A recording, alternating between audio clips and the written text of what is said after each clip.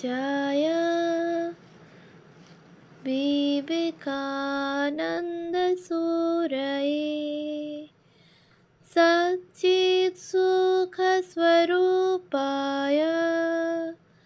स्वामिने तापहारिणे।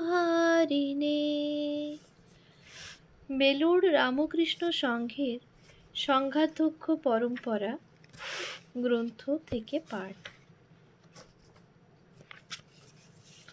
প্রথম পর্ব, পৃষ্ঠা 329, স্বামী রঙ্গনাথানন্দ।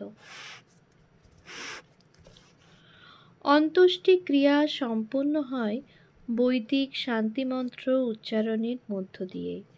তখন বেলা 3:15।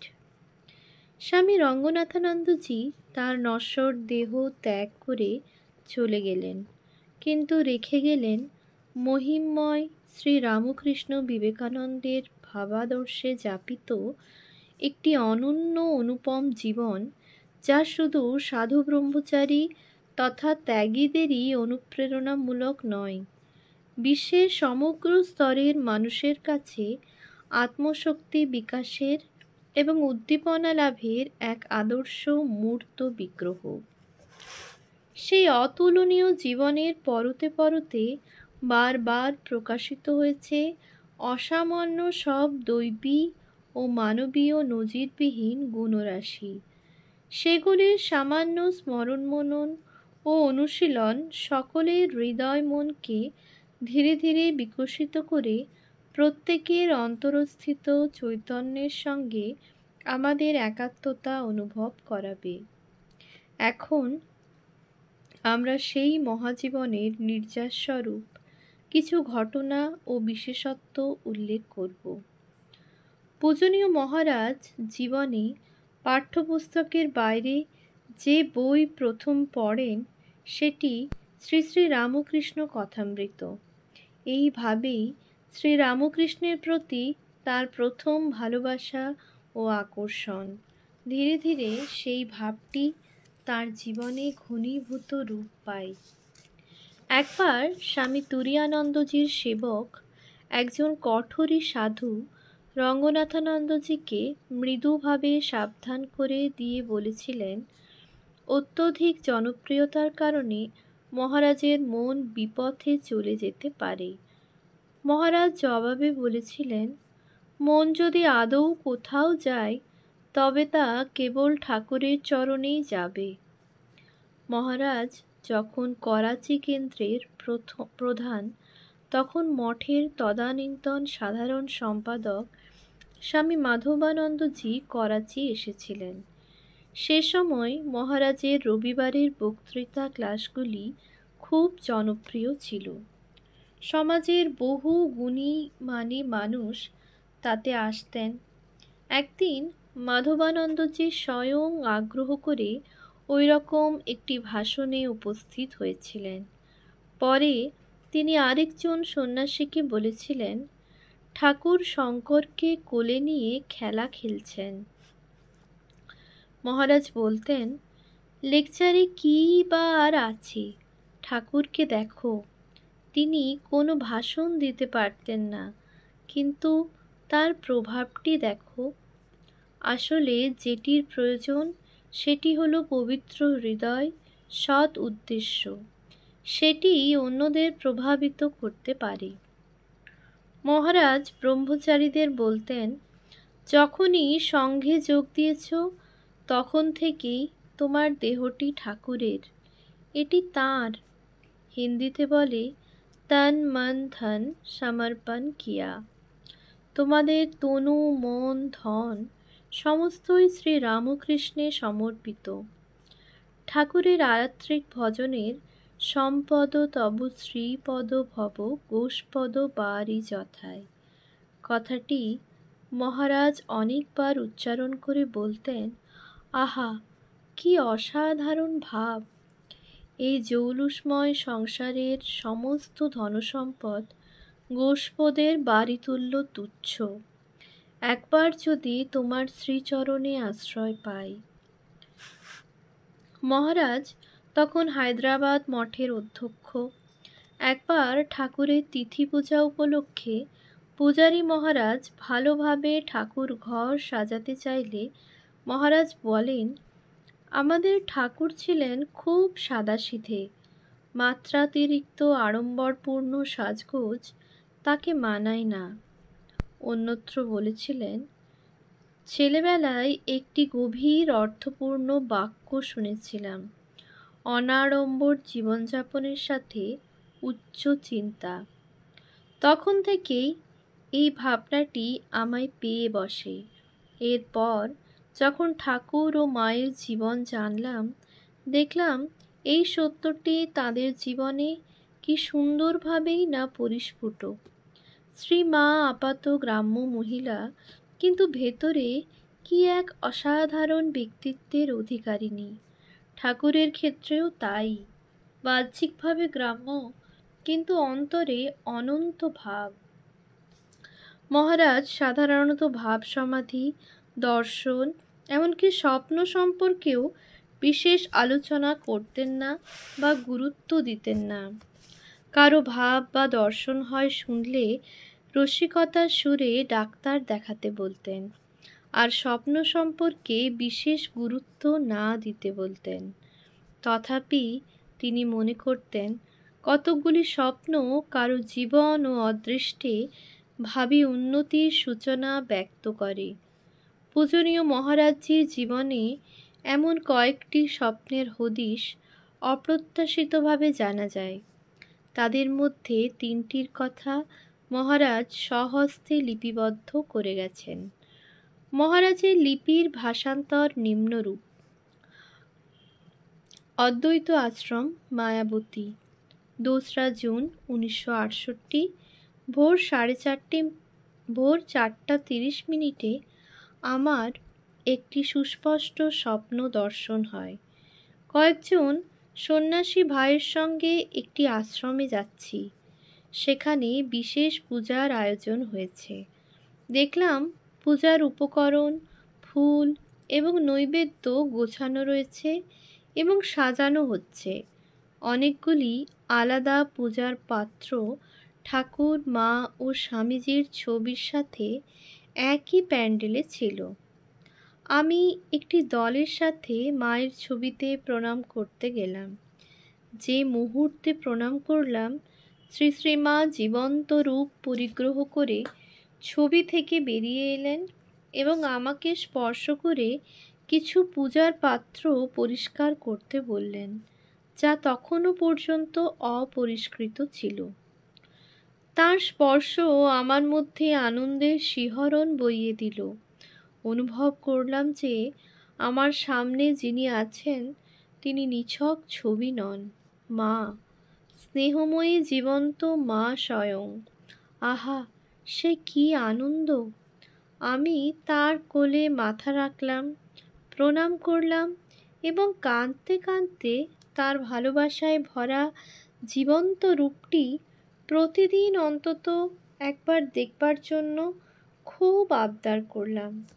তিনি সম্মতি দিলেন এবং আশীর্বাদ করলেন। তারপর গভীর আনন্দ ও আশীর্বাদপূত অনুভূতি নিয়ে আমি পূজার বাসন পরিষ্কার করতে গেলাম এবং খুব আনন্দে ঘুম থেকে উঠে প্রার্থনাপূর্ণ হয়ে ঘরে রাখা গুরু মহারাজ ও রাজা মহারাজের ছবি দেখলাম। ঘড়িতে দেখলাম তখন ভোর 4:35। এটাই আমার শ্রী শ্রী মায়ের সম্বন্ধে প্রথম স্বপ্ন। যখন শেষবার মায়াবতী এসেছিলাম, তখন গুরু মহারাজের একটি স্বপ্ন পেয়ে ধন্য হই এবং আবার তা হয় ইনস্টিটিউটে 1963 খ্রিস্টাব্দে। লিপিবদ্ধ করলাম।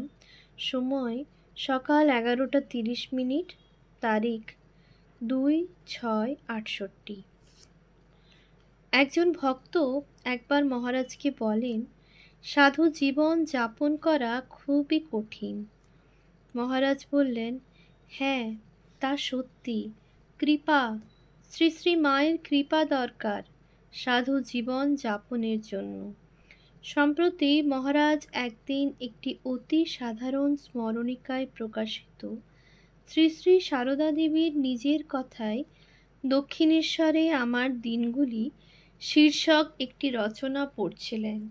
পড়েই এত অভিভূত হলেন যে সঙ্গে সঙ্গে রচনাটির 20 কপি জেরক্স করতে পাঠালেন এবং সেবককে নির্দেশ দিলেন সংঘের বিভিন্ন প্রকাশনা কেন্দ্রে একটি করে পাঠাতে, যাতে তারা রচনাটি স্থানীয় ভাষায় ভাষান্তরিত করে তাদের পত্রিকায় প্রকাশ করে। 2003 খ্রিস্টাব্দ। মঠে দুর্গাপূজা চলছে। অষ্টমী পূজার সকালে পূজ্যপাদ মহারাজ সেবকদের বলছেন শ্রী শ্রী মায়ের মন্দিরে যাবেন। সেবকরা তৈরি হওয়ার আগেই মহারাজ তৈরি হয়ে বসে আছেন। বেরোনোর জন্য মহারাজ ব্যস্ত হয়ে পড়েছেন, বেরিয়ে এগিয়ে চলেছেন। এমন সময় সেবক বলছে, মা দুর্গার মণ্ডপে আগে প্রণাম করে আসবেন তো? মহারাজ বললেন, না না, মণ্ডপে যাব না, ওখানে শুধুই মানুষের ভিড়, চলো মায়ের মন্দিরেই যাব, তিনিই আসল দুর্গা, মাই আমাদের আসল দুর্গা, তার কাছেই চলো। মায়ের মন্দিরে গিয়ে মহারাজ প্রণামাদি সেরে প্রায় আধ ঘন্টা চেয়ারে বসে অপলোক নয়নে মাকে দেখছিলেন। সেদিনের সে পরিবেশের গাম্ভীর্য অবর্ণনীয়। মাকে অর্ঘ্য প্রদান করে আবার প্রণাম সেরে মহারাজ সোজা ঘরে ফিরলেন। স্বামীজির যেমন দৃঢ় প্রত্যয় ছিল সমাজের সর্বপ্রকার ব্যাধির একমাত্র প্রতিষেধক শিক্ষা, তেমনি পূজনীয় মহারাজ মনে করতেন বর্তমান এবং ভাবী সমাজের প্রতিটি সমস্যার সমাধান রয়েছে স্বামী বিবেকানন্দের জীবন ও বাণীর মধ্যে। সম্প্রতি মহারাজ বাংলাদেশে প্রকাশিত একটি বই পড়ছিলেন। বইটি পড়ে মানুষের দুঃখে মহারাজ খুব মর্মাহত হন ও দুদিন অন্তর্মুখ হয়ে সত্যি সত্যি চোখের জল ফেলেন। আশ্চর্য, মহারাজের মনে হলো এই সমস্যার উত্তরও স্বামী বিবেকানন্দ, কারণ তিনি তাঁর সচিবকে নির্দেশ দেন স্বামীজির রচনাবলীর কয়েকটি খণ্ড বাংলাদেশ সরকারের উচ্চ পদাধিকারীদের কাছে পাঠাবার জন্য। মহারাজের বিশ্বাস, স্বামীজির গ্রন্থ অধ্যয়ন করলে চেতনার বিকাশ ও হৃদয়ের প্রকাশ অবশ্যই ঘটবে। রামকৃষ্ণ বিবেকানন্দ ভাব প্রচারের প্রতি মহারাজের ছিল নিরলস আগ্রহ। বিভিন্ন কেন্দ্রের সাধুরা এলেই এ ব্যাপারে জিজ্ঞাসা করতেন। বিশেষ করে স্বামীজির বই আরও বেশি করে বিক্রির বন্দোবস্ত করতে বলতেন। তার প্রত্যেক ভাষণে অব্যর্থভাবে মহারাজ উল্লেখ করতেন বিবেকানন্দ সাহিত্য কিভাবে আমাদের ব্যক্তি জীবনে এবং সমাজ জীবনে পরিবর্তন আনতে সমর্থ। বক্তৃতা শেষে দেখা যেত বিবেকানন্দ সাহিত্য কেনার প্রতি মানুষের কি গভীর আকুতি। সমগ্র জীবনে মহারাজ সবচেয়ে বেশি গুরুত্ব দিয়েছেন বেদান্ত ও বিবেকানন্দের ভাবনার উপর। তিনি তাঁর অন্তরের অন্তঃস্থল থেকে বিশ্বাস করতেন জগতের সর্বপ্রকার ব্যাধির সত্যিকারের সমাধান রয়েছে বেদান্ত ও বিবেকানন্দের চিন্তায়। শুধু তাতে সমাধান আছে বলে মনে করতেন তা নয়, সমস্যার সমাধানের উপায় হিসেবে তিনি সেই ভাবনাকে প্রয়োগ করেছেন এবং সফল হয়েছেন। এরকম ভুরি ভুরি দৃষ্টান্ত তার বিশ্বাসকে দৃঢ়তর করেছে। আজীবন সংঘের প্রতি ছিল মহারাজের অপরিসীম ভালোবাসা ও প্রগাঢ় শ্রদ্ধা। অতি কৈশোরেই এই ভাবটি তাঁর মনে দানা বেঁধেছিল। 1927 খ্রিস্টাব্দে তৎকালের এক প্রবীণ সন্ন্যাসী ব্যাঙ্গালোর থেকে পোনামপেট হয়ে মহীশূরে আসেন।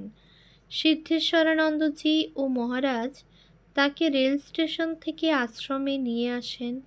পথে দুর্ভাগ্যজনকভাবে উক্ত সাধু বেলুড় মঠ সম্পর্কে একটি অপ্রীতিকর কটূক্তি করেন। সেদিন থেকেই তিনি তাঁর সম্পর্কে ছিলেন উদাসীন ও নীরব। উক্ত সাধুকে পরবর্তীকালে সংঘ ত্যাগ করতে হয়।